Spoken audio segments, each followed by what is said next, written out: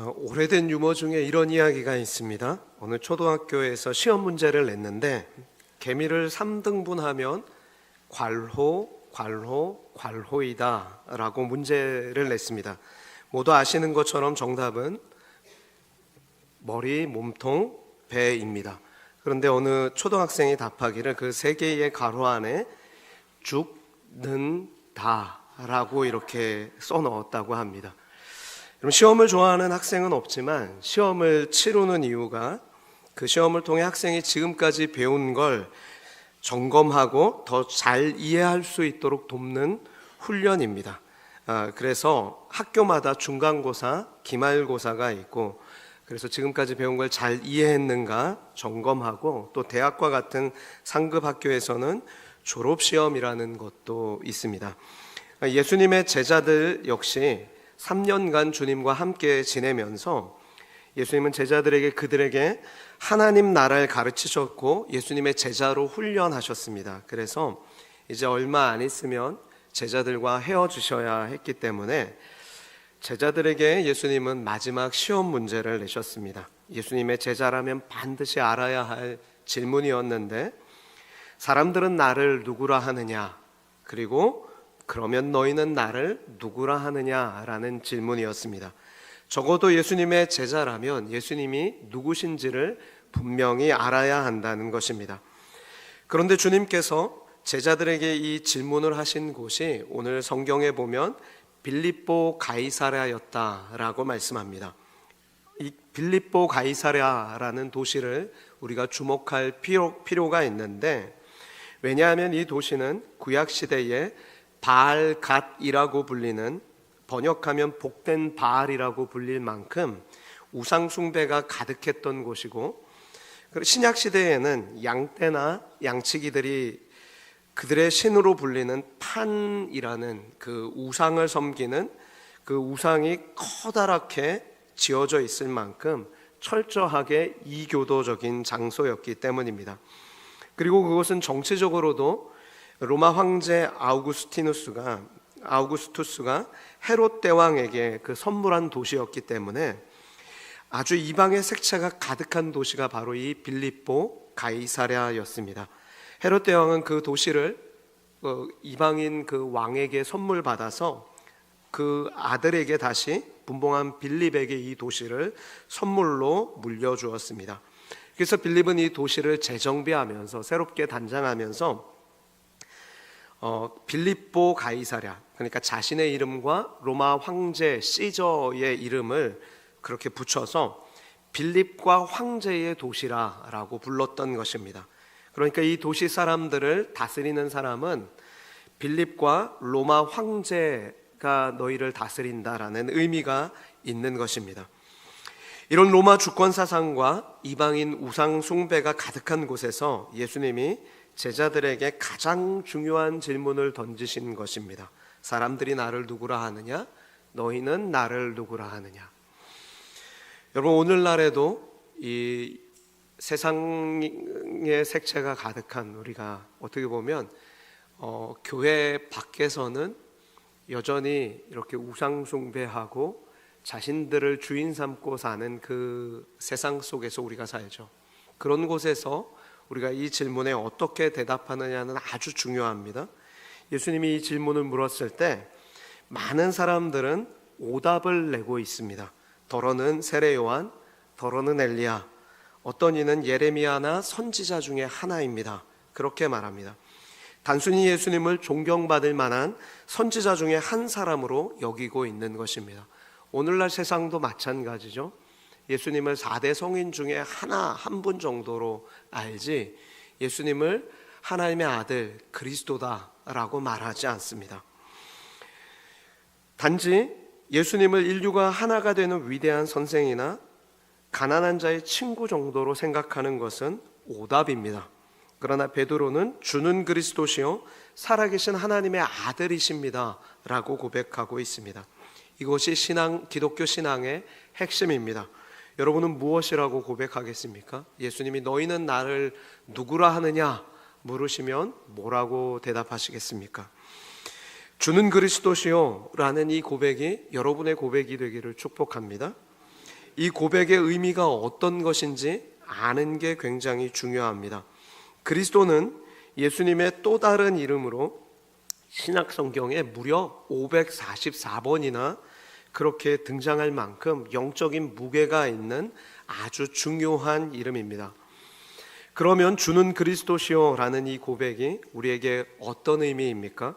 그리스도라는 말은 헬라어인데 히브리어로 번역하면 메시아입니다. 그러니까 그리스도랑 메시아는 똑같은 말이죠.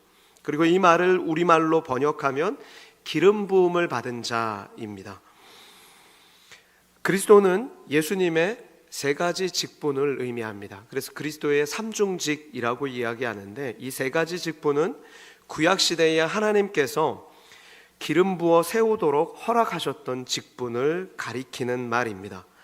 구약시대의 왕과 선지자와 제사장에게 기름을 부어 세웠는데 반드시 이 직분에 기름을 부을 때는 양의 뿔에 기름을 채워서 머리에 기름을 부음으로 그들의 사역을 인준하였습니다. 누군가 내가 왕이다라고 왕으로 인준받았다라는 걸 알려면 그 양의 뿔에 기름을 담아 그 머리 위에 부음을 받아야 왕으로 기름 부음 받은 걸 인정하는 거예요. 제사장과 선지자 역시 마찬가지였습니다. 하나님께서 세우신 그분의 나라, 그 나라 안에는 이 세 가지 주요한 직책이 있었는데 하나님이 기름 부어 그들을 세우라고 말씀하셨던 것입니다. 오늘 예수님의 그 삼중직 그리고 구약시대에 있었던 세 가지 직분에 대해 우리가 좀 생각하면서 예수가 그리스도다라고 고백할 때 그것이 우리에게 어떤 의미가 있는가를 좀 살피기를 원합니다. 첫째로 왕이었습니다. 왕에게 기름 부어 세웠는데 왕은 백성을 다스리는 자입니다. 지금 우리가 민주국가에 살고 있어서 자본주의 시대에 살기 때문에 왕이 어떤 사람인가에 따라 나라의 전반의 분위기가 어떻게 달라지는가 별로 실감하지 못할 수 있습니다. 그러나 구약시대 이스라엘을 한번 생각해 보십시오. 가장 타락했던 아합 왕이 다스렸던 이스라엘은 나라 전체가 바알을 숭배했습니다. 하나님과 바알을 같이 섬겼어요. 아세라를 같이 섬겼습니다. 그리고 하나님의 선지자들을 다 잡아서 죽이는 그런 끔찍한 박해의 시대였습니다. 뿐만 아니라 그런 우상 숭배가 가득했기 때문에 하나님께서 3년 6개월이나 되는 가뭄과 여러 가지 하나님의 징계와 심판을 내리는 그런 영적인 암흑의 시대가 이 아합의 시대였습니다. 그러나 반면에 하나님 마음에 합한 다윗이 이스라엘의 왕이 되었을 때는 역사상 가장 놀라운 부국 강병과 평안의 시대가 그들에게 도래했던 것을 우리는 잘 알고 있습니다. 그러므로 여러분, 우리 인생에 누가 왕이 되느냐, 누가 우리의 인생을 다스리느냐는 매우 중요한 문제입니다. 지금 베드로는 이 질문에 너희의 인생에 누가 왕이 되느냐라고 그렇게 주님이 물으실 때 주는 그리스도십니다. 주님이 나의 왕이십니다 라고 고백하고 있는 것입니다.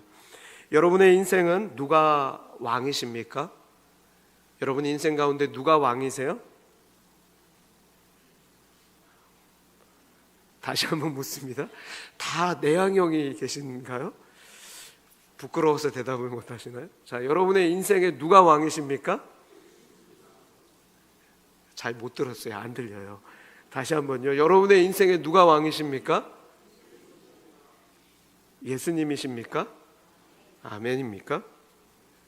옆에 분에게 다시 한번 확증하시길 바랍니다. 내 인생, 당신의 인생의 왕은 예수님입니다. 그렇게 말씀해 주세요. 당신 인생의 왕은 예수님이십니다. 예. 예. 나도 그렇습니다. 예. 여러분, 예수 그리스도 그분이 여러분 인생의 왕이 되시기를 축복합니다. 여러분, 우리가 많은 경우 입술로는 이 교회에 와서는 그렇게 고백하는데 삶 속에서 보니까 그렇게 살지 않더라고요. 그러니까 대화를 깊이 하다 보면 자꾸 그분이 왕이세요. 그분이 예수님이 아닌데 문제가 있는 거예요. 말하고 있는 당사자가 왕이더라고요. 그래서 자기 생각을 굽히지 않아요. 그래서 내 삶의 주권과 주도권을 자기가 이렇게 붙잡고 사시더라고요. 그게 문제예요. 우리 삶의 문제는 그게 문제예요.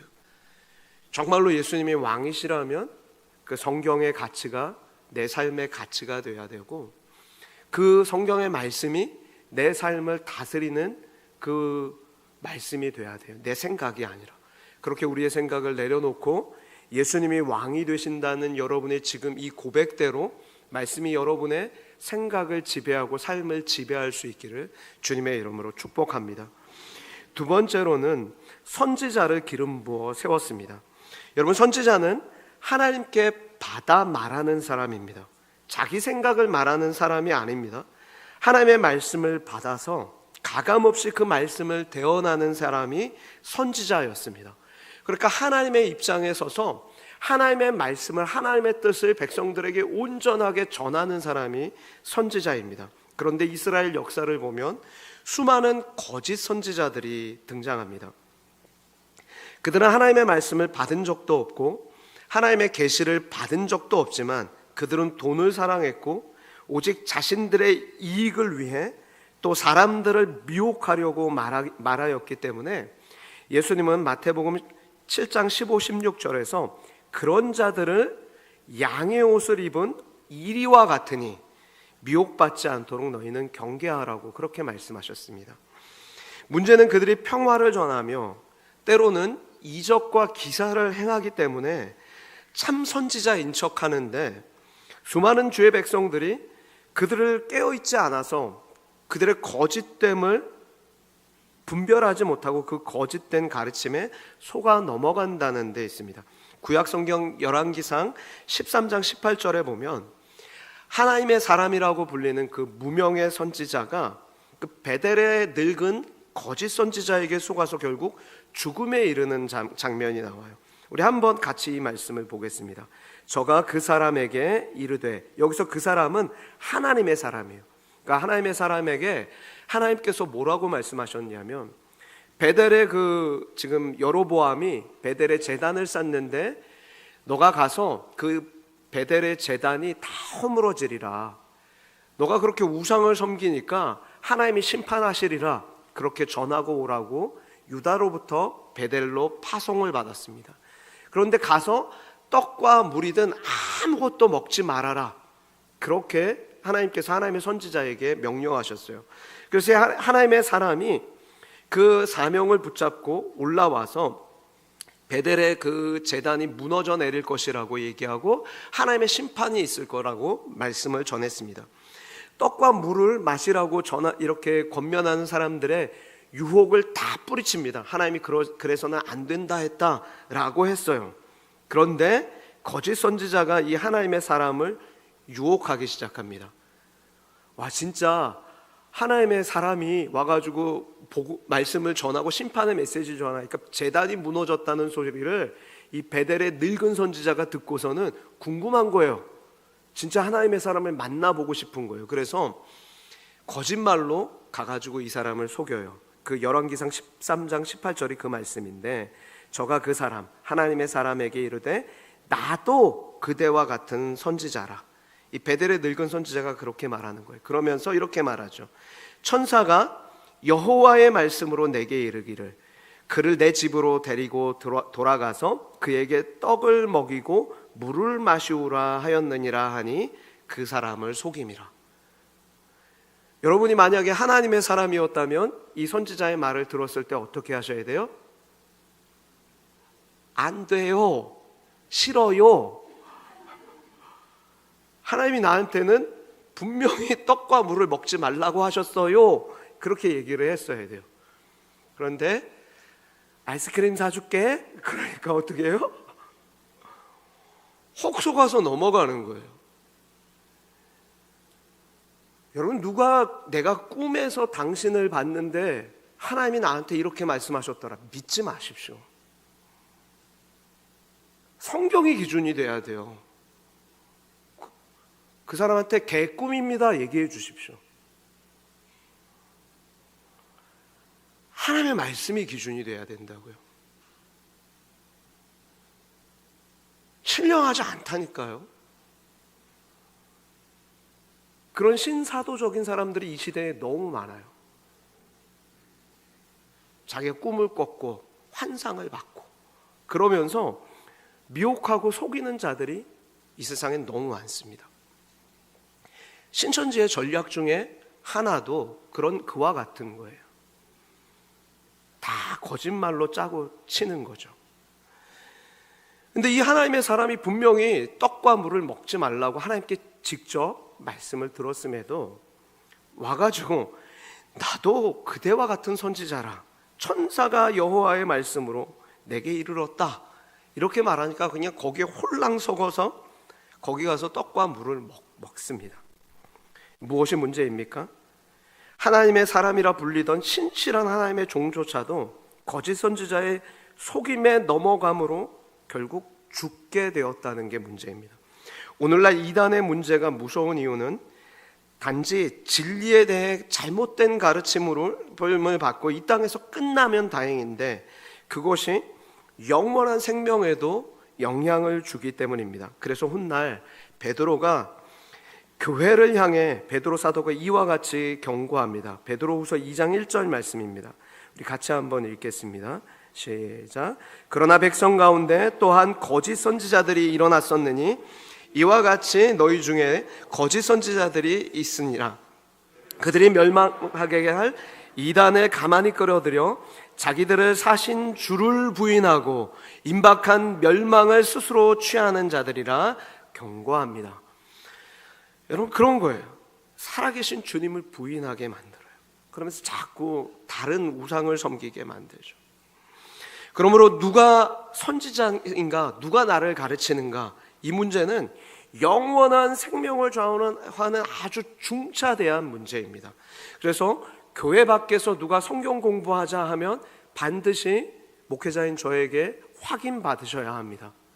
교회 밖에서는 성경 공부하지 마십시오. 웬만해서는 하지 마십시오. 이단일 확률이 아주 높습니다. 건강한 교회는 자기 교회 성도들에게 성경 공부하자 그러지 다른 사람을 이렇게 불러들이는 경우가 거의 없어요. 건강한 교회는. 요즘에 구원파에서 자꾸 이렇게 성경 공부 초대하는 그런 일들이 많은 것 같아요. 저한테 문의가 최근에 우리 교회 성도님 중에 문의가 온 분이 2분이나 계세요. 근데 둘 다 확인해 본 결과 구원파더라고요. 그러니까 위험해요. 밖에서 성경 공부하는 것. 누가 선지자로서 나를 가르치는가? 여러분, 이건 굉장히 영원한 생명을 좌우하는 중차대한 문제예요. 예수님께서 이 질문에 대해 베드로가 그 예수님만이 나의 참 선지자입니다. 주님만이 말씀을 나에게 바르게 가르쳐 진리로 인도하시는 분입니다. 그렇게 대답한 것입니다. 여러분은 뭐라고 대답하시겠습니까? 누가 여러분의 참된 선지자입니까? 예수 그리스도십니다. 예수님만이 여러분의 참된 선지자예요. 진리의 성경만이 여러분의 참된 선지자라고요.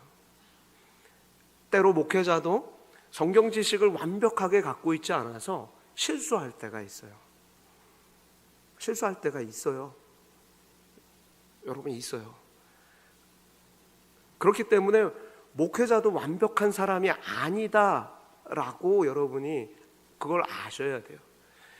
성경 말씀만이 진리입니다. 자, 세 번째로 제사장을 기름 부어 세웁니다. 여러분, 제사장은 백성을 대표해서 속죄의 제사를 하나님께 드림으로 사람이 하나님께 나아갈 수 있는 길을 열어주는 그런 역할을 했습니다.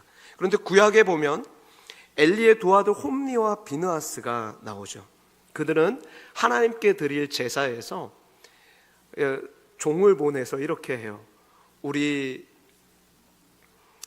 제사장님들은 삶은 고기 싫어합니다 라고 해서 하나님께 드릴 그 제사로 드릴 그 고기를 막 삶고 있을 때 찍어가지고 먼저 가지고 가는 거예요. 이 제사를 멸시하는 행위죠. 하나님께 드릴 제물을 마음대로 횡령해요.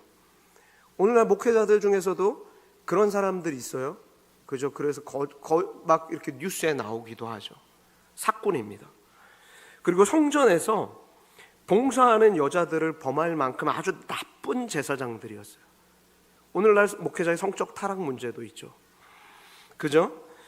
그리고 그들이 어떻게 여러분 속죄의 제사를 하나님과 사람 사이에 그렇게 속죄의 제사를 드려서 하나님과 사람 사이에 길을 열어주겠습니까? 여러분, 홈리와 비느하스와 같이 이렇게 타락한 제사장들의 삶은 오히려 백성들에게 상처를 줘서 영적인 제사를 방해하는 큰 죄악을 범하는 것입니다. 오늘날 타락한 그런 목회자들이 그와 같은 일을 행함으로 참 많이 하나님께로 나아가는 길을 막아요. 그러므로 여러분 깨어 있으셔야 돼요.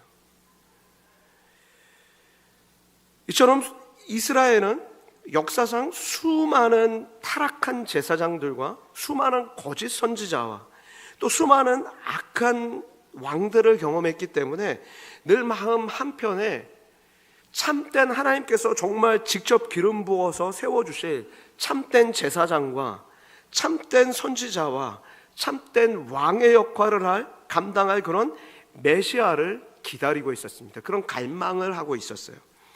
그리고 그분을 헬라어로는 그리스도라라고 부르는 것입니다. 그리고 히브리어로는 메시아를 그들이 기다리고 있었던 것입니다. 그런데 예수님께서 역사상 중요한 한 시점에 예수님을 이 땅에 보내신 거예요. 하나님이 직접 기름 부어 세운 그런 참된 왕, 참된 선지자, 참된 제사장으로서 예수 그리스도를 이 땅에 보내신 것입니다.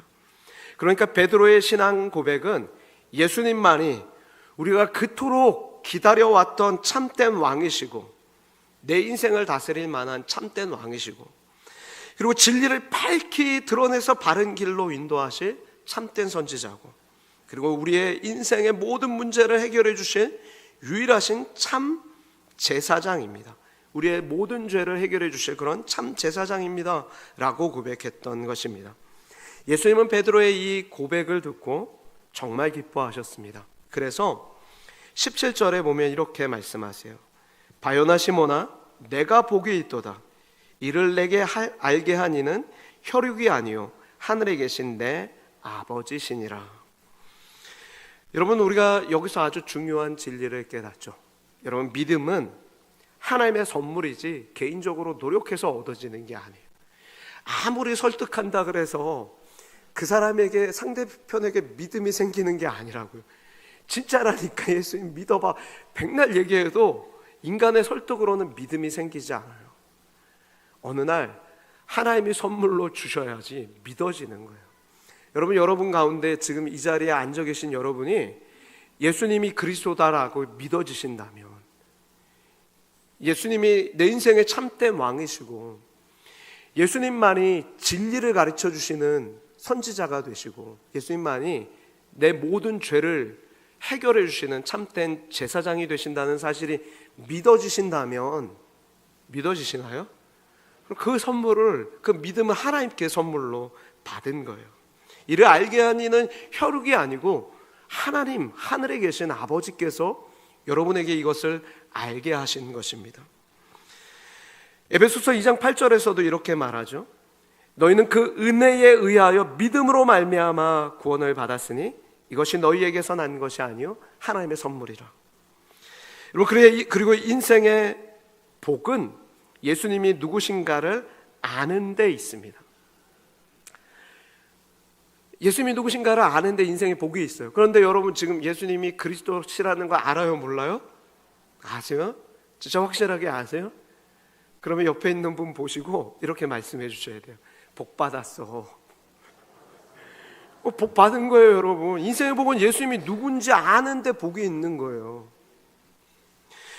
영생은 요한복음 17장 3절 말씀이죠. 영생은 곧 유일하신 참 하나님과 그가 보내신 자 예수 그리스도를 아는 것입니다. 여러분, 그러니 여러분 영생을 얻었어요, 못 얻었어요? 영생을 얻었습니다. 예수 그리스도가 누군지 아시잖아요. 영생을 얻은 거예요. 뿐만 아니라 이렇게 말씀하죠. 예수님이 누구신지 바로 알고 그분을 영접하는 자, 곧 그 이름을 믿는 자는 어떻게 된다고요? 하나님의 자녀가 되는 권세를 주셨다고요. 자, 옆에 있는 분이 하나님의 아들, 하나님의 딸이에요. 한번 보세요. 하나님의 아들, 하나님 딸이에요. 누구 닮았어요? 하나님 닮았어요. 우리 아빠 닮았어요. 닮아가요. 뿐만 아니라 이 땅에서 우리가 하나님의 돌보심과 인도하심을 받고 살아갈 이제 특권을 얻게 된 거예요. 요한복음 14장 18절 예수님이 이렇게 말씀하셨죠. 내가 너희를 고아와 같이 버려두지 아니하고 너희에게로 오리라. 나아가 영원한 하나님 나라에서 영생 복락을 확실히 누리게 될 것입니다. 그러니 여러분, 이것이 얼마나 큰 축복이고 은혜입니까? 그래서 바울이 빌립보서 3장 7절 9절에서 이와 같이 말씀합니다. 내 주 예수 그리스도를 아는 지식이 가장 고상하대요. 가장 고상한 지식은 예수 그리스도를 아는 거예요. 그렇기 때문에 내가 그를 위하여 모든 것을 잃어버리고 배설물로 여김은 그리스도를 얻고 그 안에서 발견되기 위함이라, 그렇게 말씀합니다. 여러분, 청년 여러분, 왜 대학 다니면서 공부하십니까? 예수 그리스도를 알기 위해서 공부하길 바랍니다. 목사님, 무슨 제가 수학과인데 수학 공부하면서 예수 그리스도를 어떻게 알아? 예수 그리스도를 아셔야 돼요. 이 땅에 우리가 좋다 하고 진리라고 부를 만한 모든 건 하나님의 선물이에요. 저는 불교 가운데도 진리가 있다고 믿어요. 불교의 목사님 무슨 진리가 있어요? 라고 얘기할 때 불교의 스님들이 인간관계에 관해서 이렇게 좋은 말 해주시죠. 그걸 그분이 어떻게 알았겠어요? 하나님이 주신 일반 지식이 있기 때문에, 은총이 있기 때문에 아는 거예요. 구원 얻는 지식이 없을 뿐이지 일반 은총이 있는 거예요. 세상에 있는 모든 좋은 것들은 다 빛들의 아버지이신 하나님으로부터 온다라고 성경은 말씀하고 있잖아요. 여러분이 이 땅에서 추구해야 할 가장 고상한 지식은 예수 그리스도를 아는 것입니다.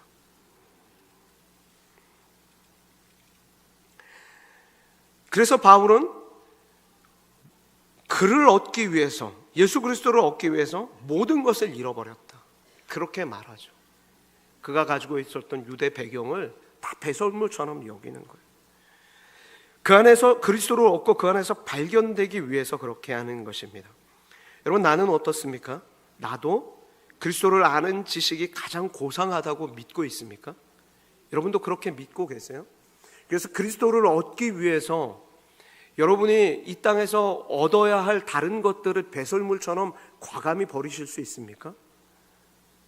그러실 수 있기를 축복합니다.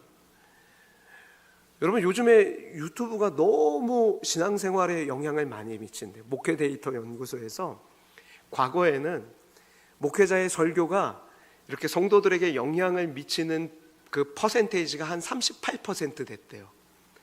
그런데 최근에는 한 19%로 낮아졌대요. 그러면 그 19%만큼 떨어졌는데 뭐가 그러면 영향을 미친다는 거예요? 지금 이 시대에는 뭐 가족이 영향을 미치고, 젊은 3040 세대에게는 가족이 영향을 한 9% 정도 미친대요. 그럼 나머지는 뭐가 미칠까요? 유튜브. 미디어가 신앙에 큰 영향을 미친대요. 그런데 여러분, 미디어라고 다 옳다고 생각하시면 안 돼요. 거짓 정보가 요즘 너무 많아서 분별하시면서 볼 수 있기를 당부합니다. 그럴 수 있기를 바라요. 그리스도를 아는 지식이 고상하다, 가장 고상하다, 이것이 성경의 진리입니다. 그리스도를 온전히 아는 것이야말로 세상에서 가장 큰 축복임을 여러분 모두가 알게 되기를 바랍니다. 단지 이것이 지적인 깨달음이 아니라 체험적인 알미 되어야 합니다. 그런데 우리가 이것이 너무 우리에게 친숙해서 예수님이 그리스도다라는 이 진리를 머리로는 알지만 삶 속에서 인지하지 못하고 살 때가 너무 많다는 데 문제가 있는 것입니다. 내 인생에 고난이 올 때, 도무지 앞날을 어떻게 살아야 할지 모를 때, 우리가 다시금 예수께서 그리스도이심을 묵상해야 합니다. 예수님만이 내 인생의 참된 왕으로 내 삶을 다스리고 주관하심을 믿을 수 있기를 그렇게 축복합니다. 여러분, 예수님만이 하나님께로 나아가는 참된 길임을 여러분 믿으십니까? 예수님만이 내게 진리를 가르치시고 내 삶을 향한 하나님의 뜻을 명확하게 계시해 주고 계심을 믿으십니까? 정말로 예수님만이 내 삶을 다스리는 왕이 되십니까? 그렇다면 여러분, 우리가 이 고난 속에서도 내 삶을 어떻게 살아야 될지 모르는 그 고난과 앞날을 알지 못하는 그 상황 속에서도 소망이 있는 거예요. 소망이 있는 거예요. 주님이 합력해서 선을 이루어 주시고 왕이신 예수님께서 내 삶을 여전히 다스리고 계신다면 여러분이 갖고 있는 눈앞에 있는 그 고난도 여러분은 반드시 넉넉히 이기게 될 소망이 있지 않겠습니까? 예수께서 그리스도가 되신다는 것은 바로 이와 같은 믿음인 것입니다. 자, 그러면 예수님이 살아계신 하나님이시다라는 이 고백은 우리에게 어떤 의미일까요? 기독교 신앙에서 역사적으로 이단을 분별하는 가장 중요한 지침은 예수님이 하나님의 아들 되심을 부인하거나 예수님의 동정녀 탄생을 부인하는 데서 그 이단들이 비롯됐습니다. 이것을 교리적인 용어로 표현하자면 예수님의 신성을 부인하거나 예수님의 인성을 부인하는 자가 이단인 것입니다. 그러니까 예수님의 신성을 부인한다는 건 예수님이 참 하나님이시다라는 걸 부인하고, 예수님의 인성을 부인한다는 건 예수님이 동정녀 마리아에게서 나셔서 완전한 인간이 되셨다라는 걸 부인하는 거예요. 그게 이단이에요. 여러분, 만약에 예수님이 참 하나님이시라면, 참 하나님이 아니시라면, 가정이에요 여러분. 예수님이 참 하나님이 아니시라면 그분은 죄와 사망의 권세를 꺾을 수 있습니까? 없습니까? 꺾을 수 없어요. 그리고 마귀의 일을 멸할 수 있습니까? 없습니까? 없어요. 그죠? 그런데 만약에 참 하나님이시지만 참 인간이 아니라면 인류를 대표해서 십자가를 지실 수 있습니까? 없죠. 그래서 예수님께서 하나님의 아들로서, 하나님은 예수님을 하나님의 아들로서 참사람으로 이 땅에 보내신 거예요. 참사람으로 이 땅에 보내실 수 있는 유일한 방법이 뭐예요? 동정녀 마리아에게서 낳으시는 거죠. 지난번에도 한번 말씀드린 적이 있는데, 예수님이 30살이 넘어서 공생애를 딱 시작하는 그 나이에 하늘로 부활해서 승천하셨던 그 모습대로 구름을 타고 이 땅 가운데 딱 오실 수 있어요, 없어요? 그렇게 오실 수도 있었어요. 그런데 만약에 그렇게 오시면 그분이 참 하나님이시라는 건 인정하지만 참 사람이라고 인정할 수 있겠어요, 없겠어요? 없죠. 그렇기 때문에 동정녀 마리아에게서 오신 거예요. 참 하나님으로서 참 인간이 되기 위한 유일한 방법은 하나님의 지혜예요. 동정녀 마리아에게서 오는 게. 그래서 창세기 3장 15절에 여자의 후손으로 오겠다라고 이미 그렇게 오래전부터 계획하셨던 거죠. 참 하나님이 참 사람으로 그렇게 성령으로 잉태되어 동정녀 마리아에게 나심으로 이 땅에 오셨던 것입니다. 그러므로 예수님은 과거의 이단들 중에 이런 이단들이 있었어요. 원래 인간이었는데, 원래 요셉과 마리아의 아들이어서 인간이었는데 세례 받으시면서 하나님의 아들로 인준받았다. 과거 이단들 중에 이런 이단들이 있었어요. 그리고 또 다른 이단 중에 어떤 이단이 있었냐면요, 육신은 악하기 때문에 참 하나님이신 예수님이 어떻게 이 악한 육신을 입을 수 있냐, 그러니 예수님은 영이신데 마치 육체를 입은 것처럼 보였던 것이다, 이걸 가연설이라고 하는데 이런 이단들도 있었습니다. 다 이단들이에요. 그러니까 예수님에 대해 잘못된 이야기를 하는 건 다 이단들이에요. 그리고 예수님에 대해 잘못된 말을 하는 건 다 이단이니 이 땅 가운데서 내가 재림 예수다 하는 것들은 다 이단이에요, 아니에요? 다 이단이에요. 다 이단이에요. 자, 예수님은 참 인간으로 이 땅에 오신 참 하나님이십니다. 그리고 우리가 예수님을 살아계신 하나님의 아들로 믿는 것이 중요한 이유가 무엇입니까? 그것은 예수님이 단지 훌륭한 사람이었다면 우리의 모범은 될 수 있을지 몰라도 우리의 죄를 구원할 구주가 되실 수는 없기 때문입니다. 자, 이제 마지막 질문을 여러분에게 드리겠습니다. 나는 예수님께서 지금도 살아 역사하시는 하나님의 아들 그리스도이심을 믿습니까? 이 중요한 고백을 우리가 다시 확인할 수 있길 바랍니다. 왜냐하면 이 바른 신앙 고백 위에서만, 그 바른 신앙 고백 위에 세워진 교회만이 진정한 주님의 교회가 되기 때문입니다. 18절 말씀 보면 예수님이 이렇게 말씀하셨어요. 베드로에게, 너는 베드로라, 내가 이 반석 위에 내 교회를 세우리니 음부의 권세가 이기지 못하리라.